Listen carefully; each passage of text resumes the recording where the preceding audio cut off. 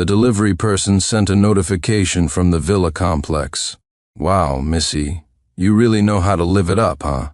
I just brought you a whole box of these last night, and you're ordering more today." Confused, I opened the order details and saw that my wife had, at some point, changed the default delivery address. I froze, then flung open the bathroom door. "Honey, that villa out in the suburbs, have you been back there recently?" The sound of the shower cut off abruptly. My wife emerged, wrapped in a bathrobe. "A friend of mine who just got back in the country is staying there for a few days." "Why?" I didn't answer, but I secretly memorized the phone number from the order. 1. After silently reciting the string of numbers in my head, I didn't turn off the aromatherapy lamp on the nightstand. Instead, I deliberately stared at the swell of her chest beneath the robe. "It's been a week, honey. I've missed you." I pulled her into my arms with a cloying tone. "Hubby, I've missed you too, but I've been working all week. I'm just so exhausted." She pushed my wandering hands away and took a step back. I pressed on, pulling Victoria Sterling down to sit on my lap. My hand slid down past her stomach. "Honey, you didn't already eat your fill while you were out, did you?" Victoria's expression faltered for a second. Then she let out a laugh. "You're so handsome when you're keeping tabs on me, hubby. I don't want to eat anyone but you." "Then let's—" Seeing that I was about to continue, Victoria suddenly pushed me away. "Stop messing around. I was on a business trip for 7 days and pulled 4 all-nighters. Do you think everyone has as much free time as you?" That tone, one I had never heard from her before, was like a bucket of ice water dumped over my head. In all our years together, Victoria had never been reserved in this department. And she had certainly never lost her temper with me over it. Was she really just tired from work? Or had she already eaten her fill somewhere else? Sensing my displeasure, Victoria seemed to soften and threw herself back into my arms, cooing, "Come on, good hubby, please just be understanding, okay? Next time I promise, next time I'll make sure my husband is completely satisfied." "I know," I said calmly. "I'm a little hungry. I'm going to the convenience store nearby to get something to eat." Standing in front of the refrigerated section at the store, I used that phone number to find an online profile.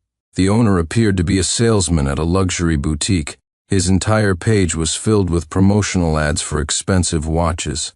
The only exception was a pinned collection of posts that served as a sort of relationship diary. In the latest video, he was whining playfully. "My bad girl is going home after only a week with me, but I'm the most understanding boyfriend ever after all. She is going home to earn money to support me. Hey."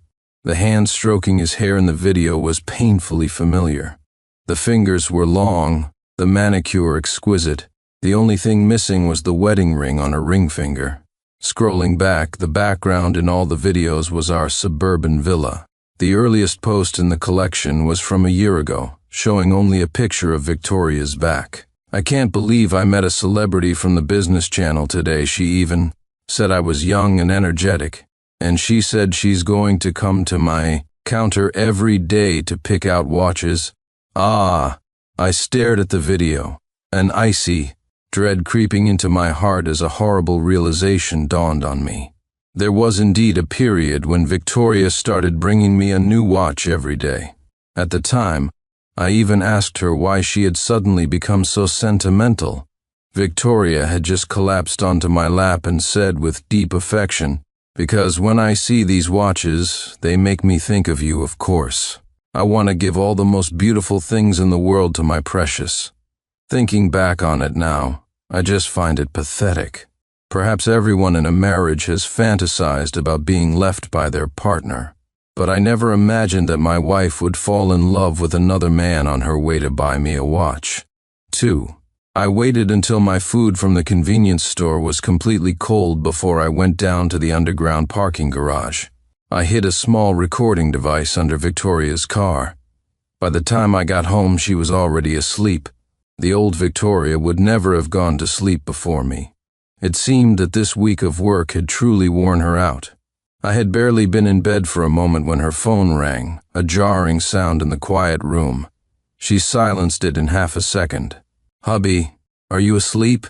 I didn't make a sound. She sat up quietly and whispered, "My friend got drunk. I have to go out for a bit. Be a good boy, hubby. You go to sleep and wait for me to come back, okay?" I let out a groggy, pretending to be half asleep. "Be safe." She turned and kissed my forehead, then got dressed and left the bedroom. As the front door clicked shut, I sat up and turned on the light. A few minutes later, I threw on some clothes, went downstairs, and hailed a taxi. Using the GPS tracker on the recording device, I followed her route. Sitting in the dim back seat, I opened the young man's profile again. Half an hour ago, he had posted a vlog showing off his recent gifts. The caption read, "My life is completely filled with little things from my baby, but there's a certain place of mine I'd like to fill with your scent tonight, no wonder." Following Victoria's route, I arrived, as expected, at the empty suburban villa. It didn't take long for me to find her familiar car in the parking lot. Through the driver's side window, I saw her take out her phone. The next second, it was my phone that rang. "Hubby, are you okay?" I heard thunder, and I was worried you wouldn't be able to sleep alone. Staring at her silhouette just 30 feet away, I let out a sudden laugh. "Where are you?" "Picking up my friend," she said, holding the phone, her expression calm in the car's interior light. "You just wait for me. I'm a little busy here, but I'll be back to catch up on sleep with you tomorrow morning." Ever since I was a child and witnessed someone get struck by lightning, I've had a severe fear of thunderstorms. Because of that, whenever there was a storm, Victoria would always try to be by my side. She even once walked out of a crucial business meeting during her company's early days just to come home and be with me. Yet the moment she hung up the phone, a distinctly youthful figure walked into my line of sight and got straight into her car. Then, the car began to rock. Through a crack in the window, I could hear the man's muffled panting. "Baby, you said I was young. So am I. Much better than that old stick in the mud you have at home." In the echoing underground garage, I hid behind a concrete pillar and watched for nearly 20 minutes. I watched the woman who was cooing sweet nothings to me one second, lose herself in the arms of another man the next. After I had filmed everything, my hands shaking uncontrollably, I went home ahead of her. It wasn't until the next morning that the front door finally opened. Victoria was back. She even brought me a new watch and my favorite crab soup dumplings. "Were you that tired yesterday? Look at the dark circles under your eyes."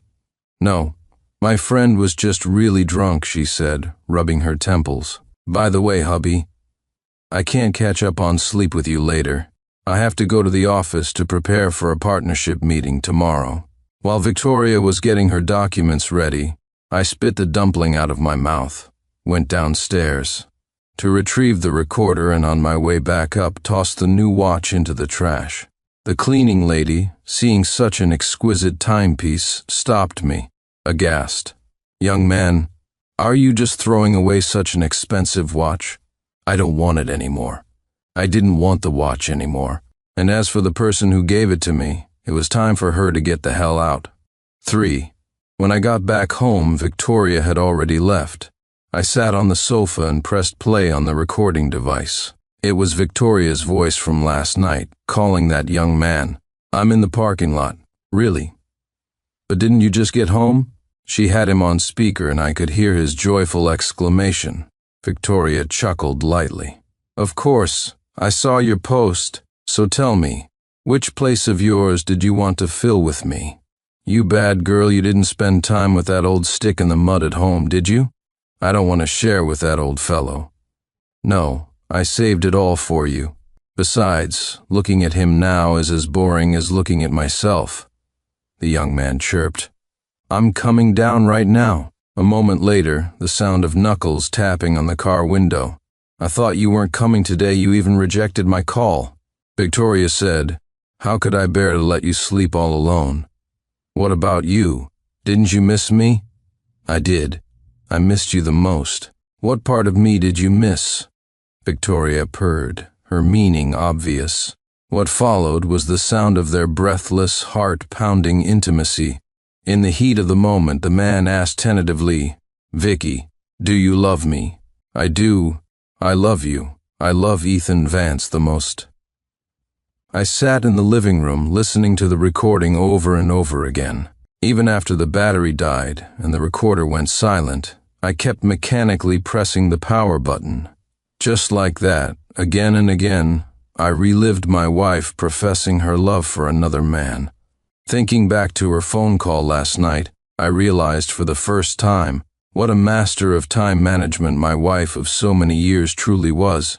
She couldn't even stand to be apart from him for a single day. But it seemed she had forgotten what tomorrow was. Early the next morning, I drove to the next city over, because I knew exactly what Victoria's partnership was all about. According to Ethan Vance's updated profile, Victoria had bought a 5-star hotel in the neighboring city and was giving it to him to open a watch boutique. Miss Sterling, what a grand gesture in the banquet hall. One of our old bridesmaids, drunk, raised her glass. Buying a 5-star hotel and turning it into a watch shop, all to make a handsome boy smile. I stood outside the door, watching Victoria blush as she stood on her tiptoes and planted a kiss on Ethan's cheek. "You bet our MS Sterling is truly in love with our little EA company," VP chimed in, smiling obsequiously with a champagne flute in hand. "She's even arranged for the Sterling Group's annual corporate gala to be held here from now on." Looking at their faces, I clenched my fists. So everyone around me knew about him. I, the legitimate husband, was the only one left in the dark. The bridesmaid swayed, holding her glass. "Little Mr. Ethan is so handsome. How about a drink?"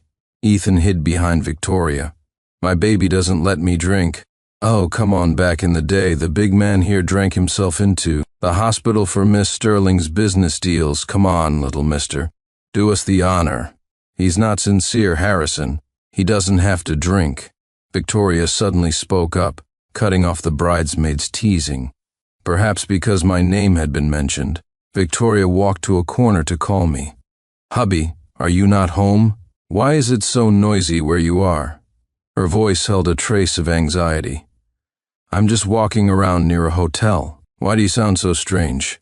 She was as sharp as ever, picking up on my mood immediately. I took a deep breath. "Victoria, do you remember what day it is today?" 4. After saying that, my voice trembled uncontrollably.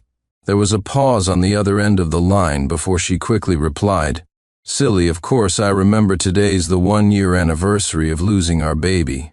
As soon as I finish this deal, we'll go to that new restaurant tonight." Her voice was so gentle I could almost feel the care and love she was sending through the phone. When I remained silent, Victoria continued to coax me. "It's okay, my precious. I'm still young and strong.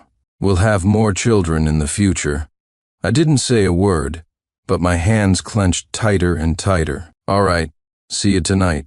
I stood outside the hotel, watching as Victoria hung up the phone and threw herself into Ethan Vance's arms. So she hadn't forgotten, but even though she remembered, she still chose someone else on this day. That evening, when Victoria came to pick me up for the restaurant, the affection in her eyes didn't seem feigned. However, just as I was about to raise my wine glass to toast her, I heard a notification chime from her phone. She instinctively glanced at me, then slowly placed her phone under the table to check it. She even dimmed the screen's brightness.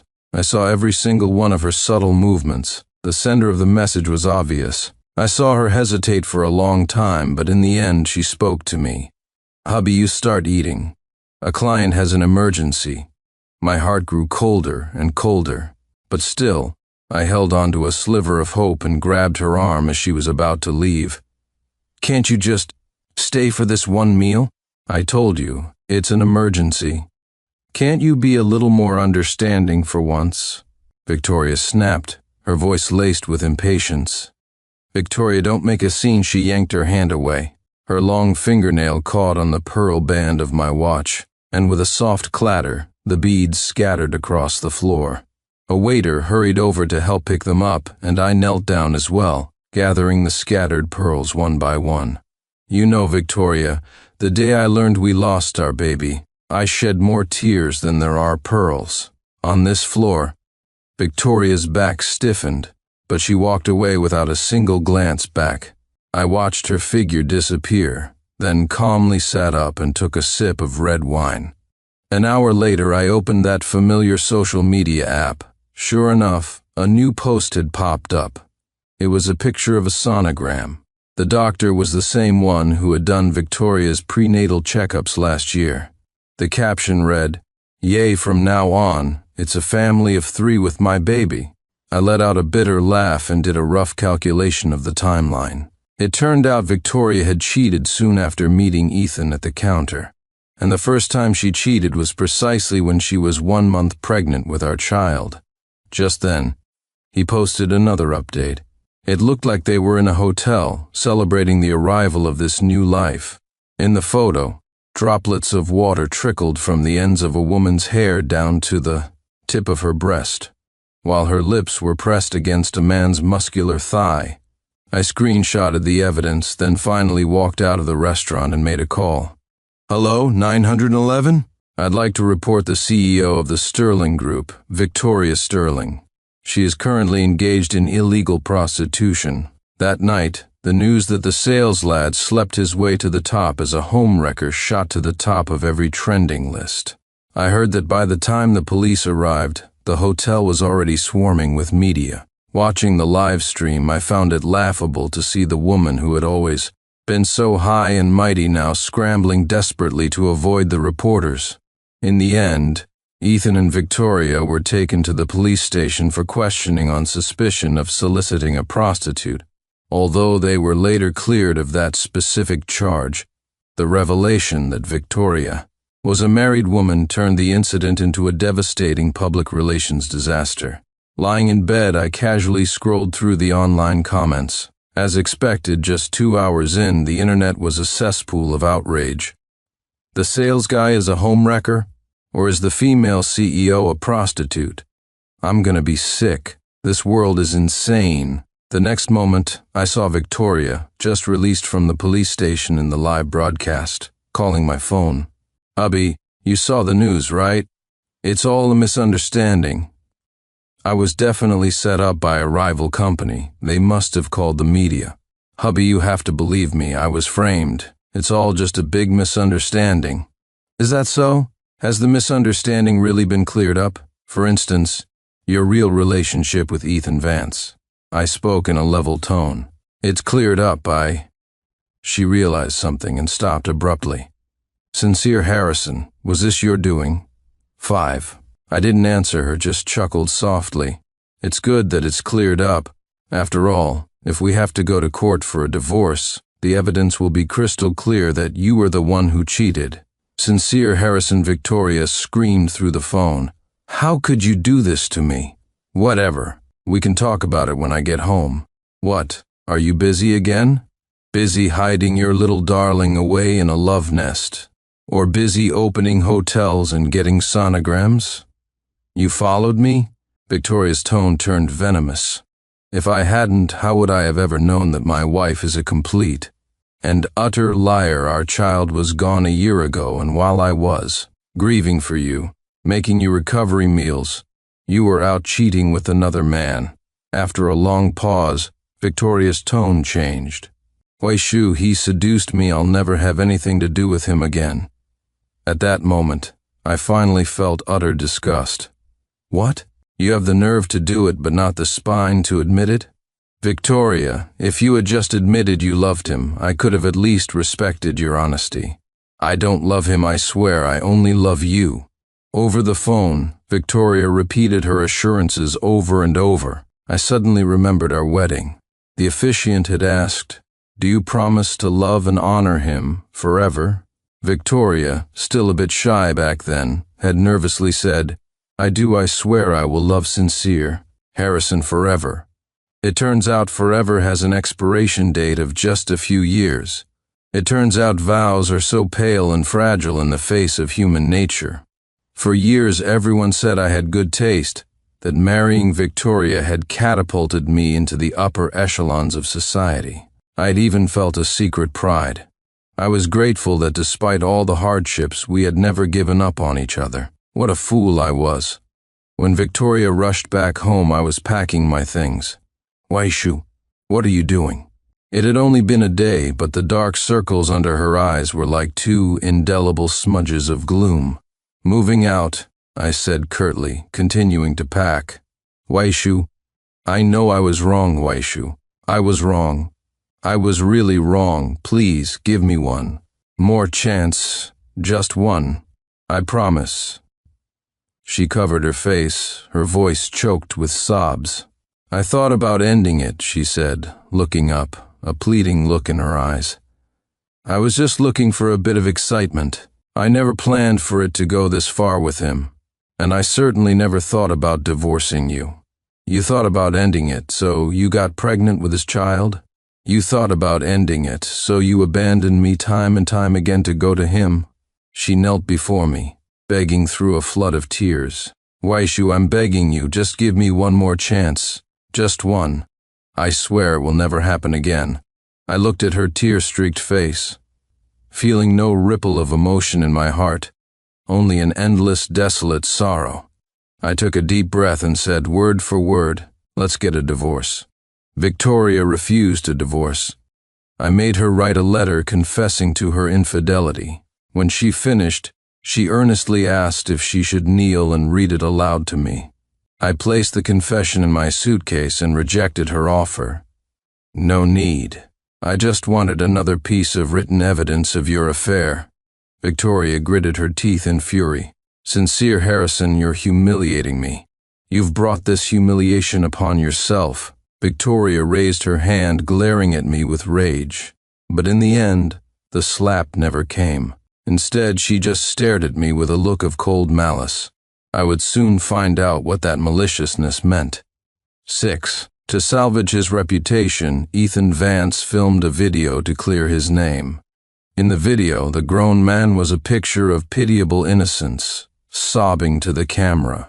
When I met Victoria, she told me that she and her husband hadn't had any feelings for each other for a long time. She said they were in the process of getting a divorce. I believed her. I thought I had found true love. I thought. He broke down, unable to continue, as if he had suffered the greatest injustice in the world. In the comments section, netizens flooded in to express their sympathy and support.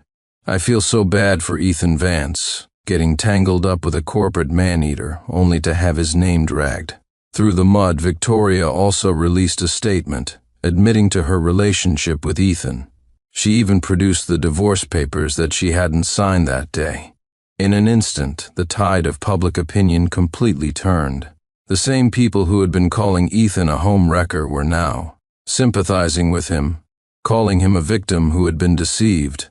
And I, the husband who had been betrayed by his wife and slandered by her lover, became the target of public condemnation, the cruel, heartless freeloader who wouldn't let them be together.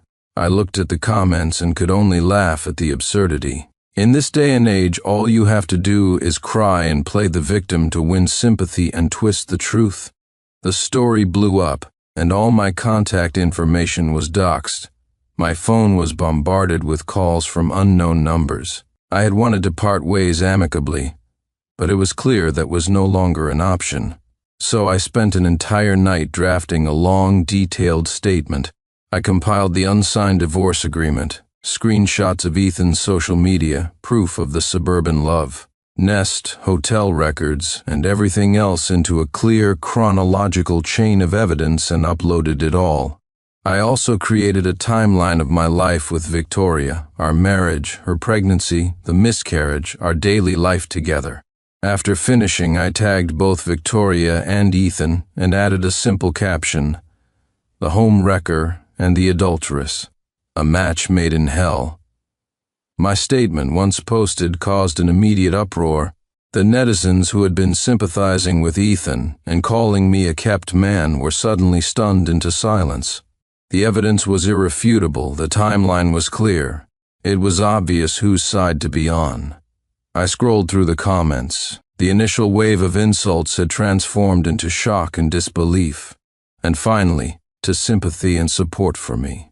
Of course, there were still some vicious curses and attacks, but I no longer cared. Ethan probably never expected me to have so much evidence. He deleted his previous sympathy-seeking post and disabled his comments. As for Victoria, she had yet to make any response. That night, Ethan somehow got my phone number and called me. "Sincere Harrison, why would you do this to me? People are throwing paint at my house every day now. Are you happy? Who was it that destroyed someone else's family first? Who was it that chose to be the other man and interfere in someone else's relationship? I was deceived too, so you just comfortably settled into the role of a homewrecker." I cut him off. "Ethan, don't get so lost in your own lies that you start to believe them. Are you telling me you had no idea what you were doing? Fine. I'm telling you Victoria is mine now. Don't you dare think you've won great. Then you'd better get that piece of trash to sign the divorce papers as soon as possible." With that, I hung up and blocked Ethan's number. 7. Victoria still came to find me.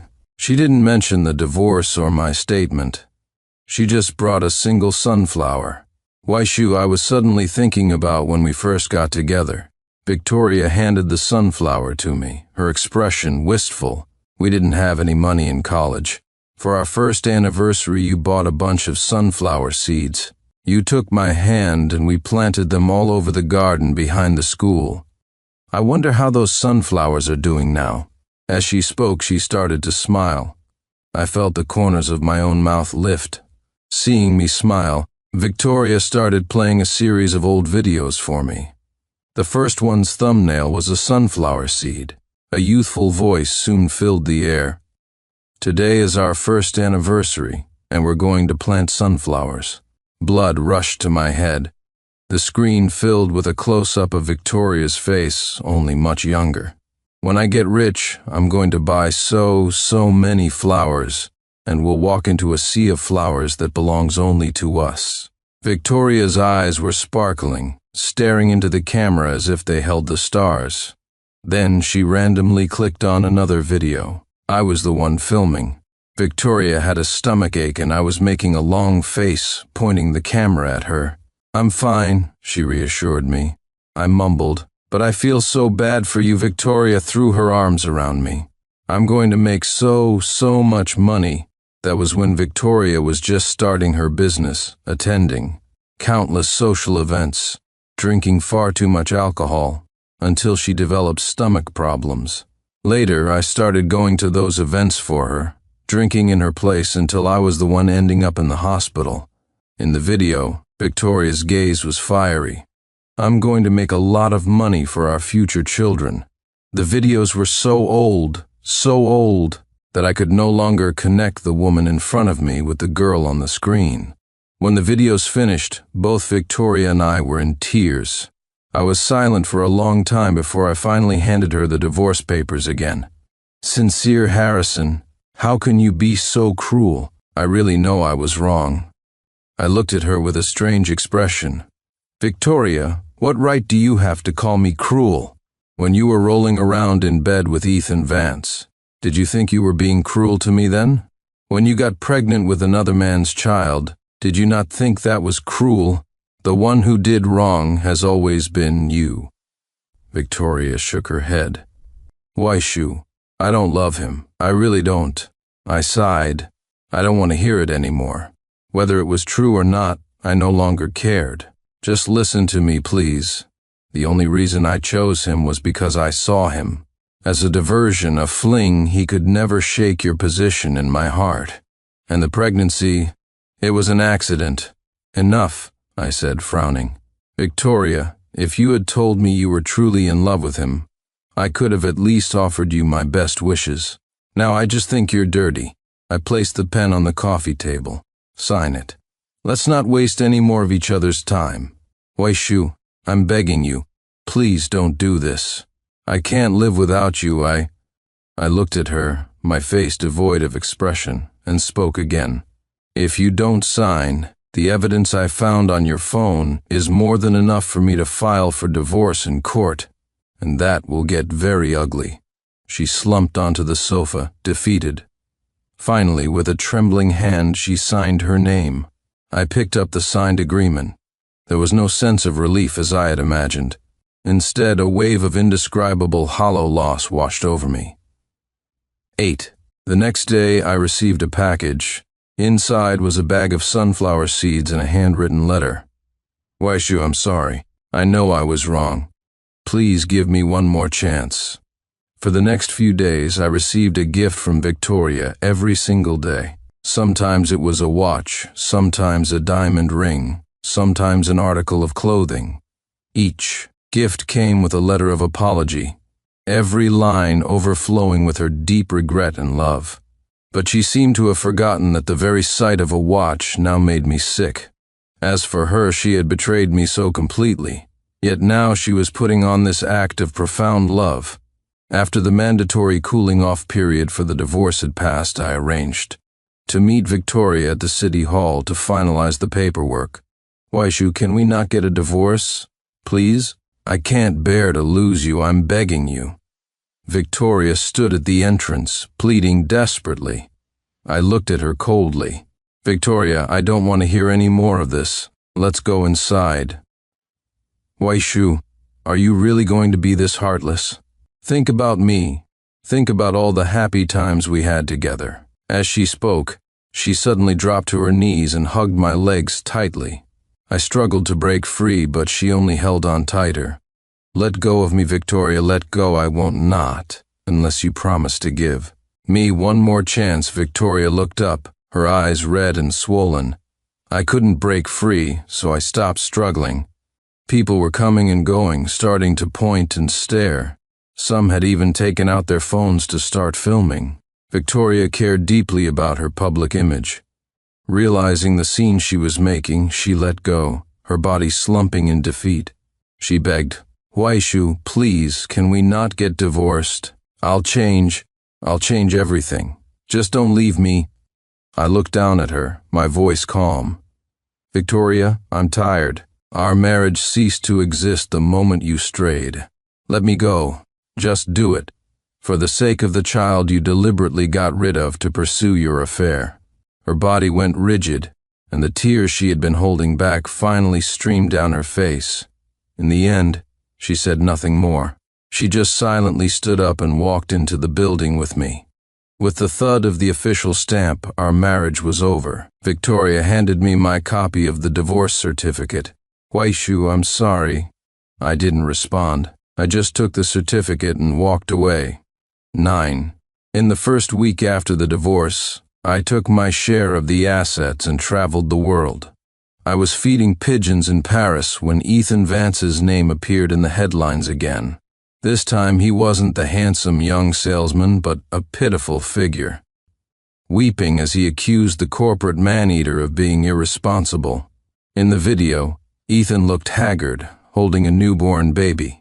He accused Victoria of completely ignoring him and the child, refusing to even pay child support, abandoning them to their fate.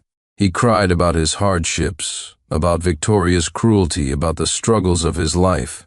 I watched his long, rambling tirade and realized he probably never imagined that woman could be so ruthless that she would abandon the child she had given birth to. The same woman who had showered him with special affection, taken him on countless dates, and repeatedly abandoned her husband of many years for him.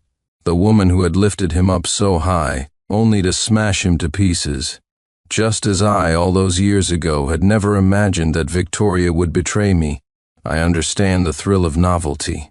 I understand how love can fade into a placid, watery thing. But what makes us human is our capacity for independent thought, the ability to make a choice between loyalty and betrayal.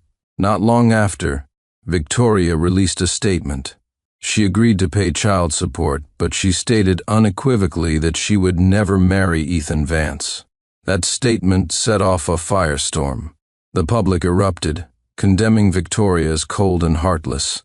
Ethan rode this wave of public opinion, crying on the internet about his plight, painting himself as a pure love romantic. Suddenly, Victoria was public enemy number one, and her career suffered a massive blow. I watched all of this with a heart of stone. But I never expected Ethan's madness to go as far as it did. The next headline I saw was Ethan Vance's child pushed off rooftopy mother. I clicked on it, and the comment section was a chaotic spectacle. No way was the baby actually his. Or was it an accident? I heard that Ethan was at the end of his rope and went to her office to force her hand, but she just pushed the kid off the roof. She's a monster. Over the next few days, Victoria and Ethan's names were plastered across every major news site. Their saga of love and hate became the public's favorite gossip. Then, on the day I returned to the country after another year of travel, my phone rang at an ungodly hour. I frowned and hung up. It immediately rang again. Annoyed, I answered. Victoria's tear-choked voice came through the line. "Waishu, don't hang up, please. I'm begging you, don't hang up. What do you want?" There was silence on the other end for a few seconds, followed by her suppressed sobs as she haltingly recounted stories from our past. From the time she confessed her feelings for me in college, to our first trip to the ocean, our first date, and the joy of our wedding, she remembered every detail, playing it back like a movie in my ear. I could tell she had been drinking heavily. These memories might have been sweet for her, but for me, they were nothing more than trivial relics of a forgotten past.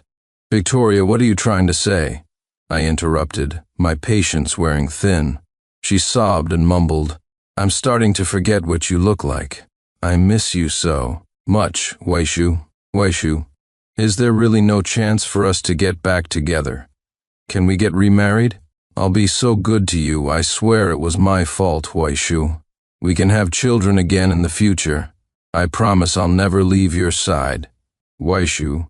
Listening to Victoria's apologies, I felt no sense of release, only a boundless indifference. "Actually, I did give you a chance. That night at the restaurant, I begged you not to leave. I hesitated for a moment, but I said it anyway. Waishu, I regret it so much. If I hadn't left that night, would we still be married?" I didn't answer. I just hung up the phone. I don't know if we would still be married. What I do know is that in this world, there are no if-onlys. 10. The day after that phone call, Victoria was sentenced. The incident with the child being pushed from the building had escalated, and she was ultimately convicted of aggravated assault and sentenced to 10 years in prison. On the day of the sentencing, I watched the woman who had once dominated the business world, now dressed in a prison uniform, standing in the defendant's dock, looking utterly broken. When the judge announced the verdict, Ethan Vance suddenly burst from the back of the courtroom. He was clutching a fruit knife, and he lunged at Victoria like a madman.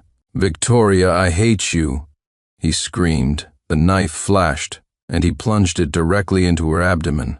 "You ruined my life. It was all you." The courtroom erupted into chaos.